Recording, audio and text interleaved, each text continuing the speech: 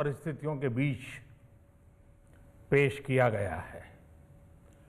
इसमें यथार्थ का एहसास भी और विकास का विश्वास भी है।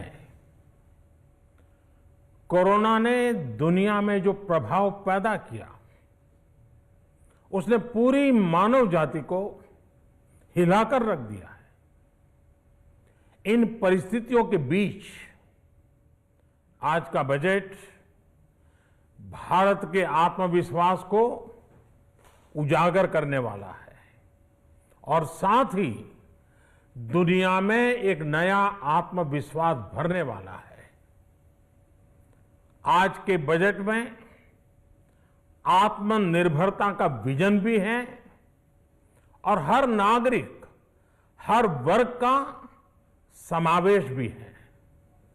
हम इस बजट में जिन सिद्धांतों को लेकर चले हैं वो हैं ग्रोथ के लिए नए अवसरों, नई संभावनाओं का विस्तार करना, युवाओं के लिए नए अवसरों का निर्माण करना, मानव संसाधन को एक नया आयाम देना, इंफ्रास्ट्रक्चर निर्माण के लिए नए नए क्षेत्रों को विकसित करना, आधुनिकता की तरफ आगे बढ़ना, नए सुधार लाना।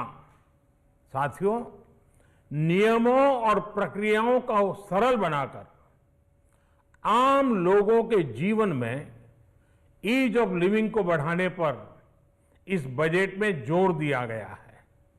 ये बजट इंडिविजुअल्स, इन्वेस्टर्स, इंडस्ट्री और साथ ही इंफ्रास्ट्रक्चर सेक्टर में बहुत सकारात्मक बदलाव लाएगा। मैं इसके लिए देश की वित्त मंत्री निर्मला जी को और उनके साथी मंत्री अनुराग जी और उनकी टीम को बहुत बहुत बधाई देता हूं। साथियों, ऐसे बजट देखने को कम ही मिलते हैं जिसमें शुरू के 1-2 घंटों में ही इतने सकारात्मक रिस्पांस आए। कोरोना के चलते कई एक्सपर्ट्स ये मानकर चल रहे थे सरकार आम नागरिकों पर बोझ बढ़ाएगी, लेकिन फिस्कल सस्टेनेबिलिटी के प्रति अपने दायित्वों को ध्यान में रखते हुए सरकार ने बजट साइज बढ़ाने पर जोर दिया। हमारी सरकार ने निरंतर प्रयास किया है कि बजट ट्रांसपेरेंट होना चाहिए। मुझे खुशी है कि आज अनेक विद्वानों ने इस बजट की ट्रांसपेरेंसी की सराहना की है। साथियों, भारत कोरोना की लड़ाई में रिएक्टिव होने के स्थान पर हमेशा ही प्रोएक्टिव रहा है।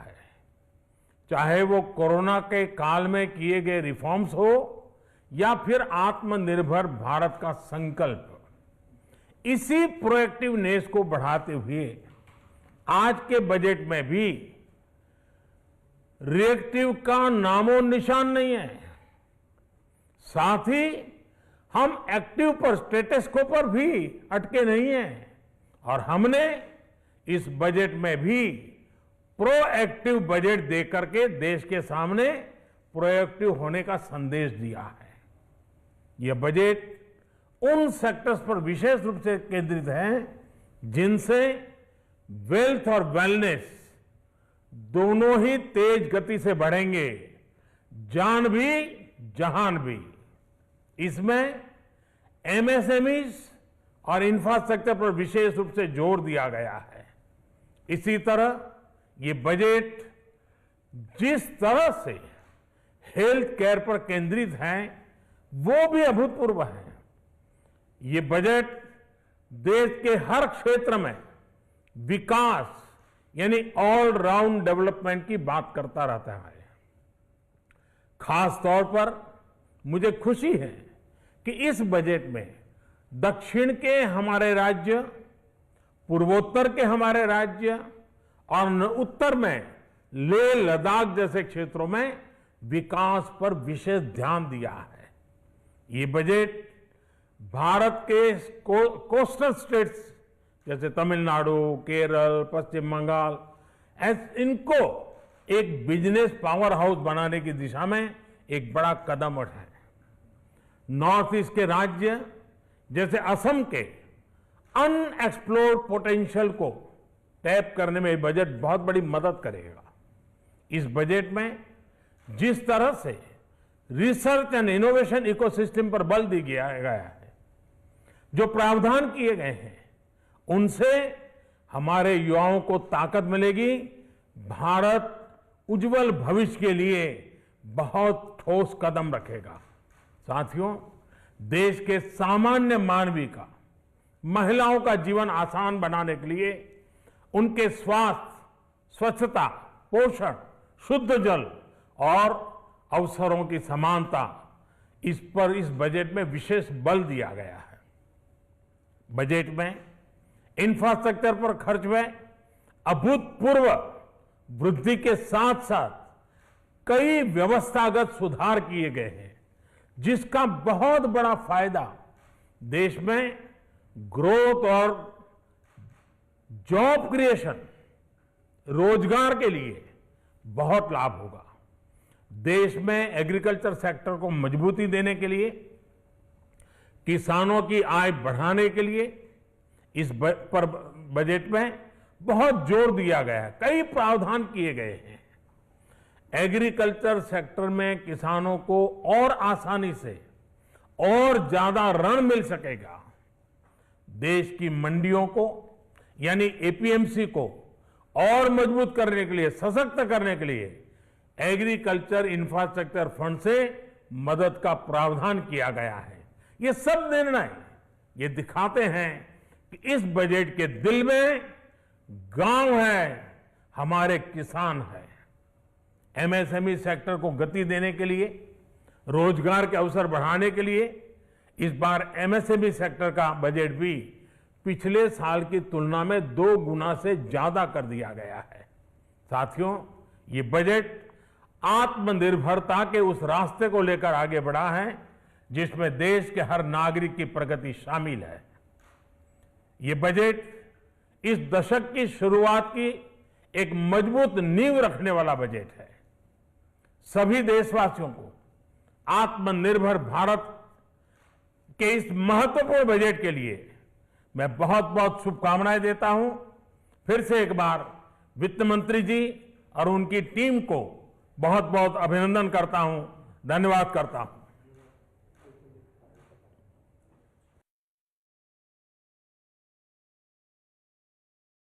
पूर्ण बजट इतने मुश्किल समय में पेश किया गया, जिसमें उन्होंने बताया कि यथार्थ और विकास का विश्वास है इस बजट में। साथ ही आत्मनिर्भरता के विजन को दिखाता हुआ ये बजट ग्रोथ के लिए नए अवसरों को लेकर आएगा। इस बात को सुनिश्चित इस बजट में किया गया है। साथ ही युवाओं के लिए भी नए अवसर होंगे इस बजट के मुताबिक। साथ ही उन्होंने कहा कि मानव संसाधनों का नया विस्तार आपको आने वाले वक्त में देखने को मिलेगा। ये बजट प्रोएक्टिव है, ये भी प्रधानमंत्री ने कहा। तो ये प्रधानमंत्री नरेंद्र मोदी जिन्होंने स्पष्ट रूप से बोला ऐसे बजट बहुत कम बन पाते हैं जिसमें शुरुआती दौर में ही पता लग जाए कि ये बजट पब्लिक के लिए है, जनता के लिए है, जिसकी कमियां ना निकाल पाए। कोरोना के वक्त सबको उम्मीद थी कि टैक्स की मार पड़ेगी, टैक्स का बोझ पड़ेगा आम लोगों पर, लेकिन हमने फिस्कल प्रूडेंसी को बरकरार रखते हुए लोगों पर यानी आप लोगों पर, आम जनता पर टैक्स के बोझ को नहीं जाने दिया। रत्ती भर भी यह बात स्पष्ट है। लेकिन पिछले 5-6 सालों में फिस्कल प्रूडेंसी को एक अच्छे तरीके से, बारीक तरीके से नरेंद्र मोदी की सरकार हैंडल कर रही है, इसमें किसी को दो राय नहीं हो सकती। क्योंकि कहीं ना कहीं जिस तरह से बजट मैनेजमेंट है सरकार का पिछले गत 6 वर्षों के अंदर, वो स्पष्ट है कि सरकार किसी भी हाल में बोझ लेकर आगे नहीं चलना चाहती। कुछ ऐसी बड़ी बड़ी घटनाएं, बड़ी बड़ी बातें नहीं करना चाहती जो वो पूर्ण ना कर पाए। इसीलिए नरेंद्र मोदी सरकार के बजट में पॉपुलिस्ट कदम कम होते हैं और कंस्ट्रक्टिव कदम ज्यादा होते हैं, जो हमने पिछले 6 साल के बजट के अंदर देखा है। निश्चित तौर पर जो चुनाव से पहले बजट आता है उसके अंदर जरूरी है कि 2-3 पॉपुलिस्ट मेजर्स हो, लेकिन कुल मिलाकर बड़े पॉपुलिस्ट कदम नहीं देखे जाते। और इस बारी के बजट में भी हमने बड़े पॉपुलिस्ट बजट नहीं पॉइंट्स को नहीं देखा, यानी जिसे हम कह सकते हैं कि जो बड़ी बड़ी हेडलाइन तो बने लेकिन उसके दर्शन उतने बड़े ना हो। बजट बनाने वाली टीम को बधाई दी, अनुराग ठाकुर को बधाई दी, निर्मला सीतारमण को बधाई दी। यह स्पष्ट रूप से प्रधानमंत्री नरेंद्र मोदी ने कहा नियम प्रक्रिया को और सरल बजट हमने पेश किया है। कोरोना ने पूरी मानव जाति को हिला दिया था, लेकिन हमने लोगों को नहीं हिलने दिया। यह बजट जनता और निवेशकों दोनों के लिए, और मैं आपको क्लियरली बताऊं, जो एफडीआई सेक्टर में बढ़ावा है इंश्योरेंस सेक्टर के अंदर, वो वाकई एक बड़ा कदम है। स्टॉक मार्केट इस समय 2272 अंक ऊपर है, 48,582 पर सेंसेक्स काम कर रहा है। निफ्टी के अंदर करीब करीब 500 अंकों का इजाफा है, ये बड़ी तेजी है। अगर हम देखें आज ऑल टाइम हाई पे भी बाजार गया, जो कि 48,586 इस समय बाजार है। और अगर मैं हाई की बात करूं तो वो था करीब करीब 48,000, जो ऑल टाइम हाई रहा बाजार का आज के लिए, वो 48,605 का रहा, जो करीब करीब 14:45 पे बना। ठीक 20 मिनट पहले बाजार अभी भी हाई पे काम करता हुआ, हो सकता है उस हाई पर को ब्रीच कर दे मार्केट, और लग रहा है कर देगा, क्योंकि इस समय मार्केट जो है वो 48,547 अंकों पर चल रहे हैं, very close to all time high. Stock markets के करीब करीब 2:45 पे बाजार ने 48,605 के आंकड़े को छुआ था, उसको टच कर सकता है और कर सकता है।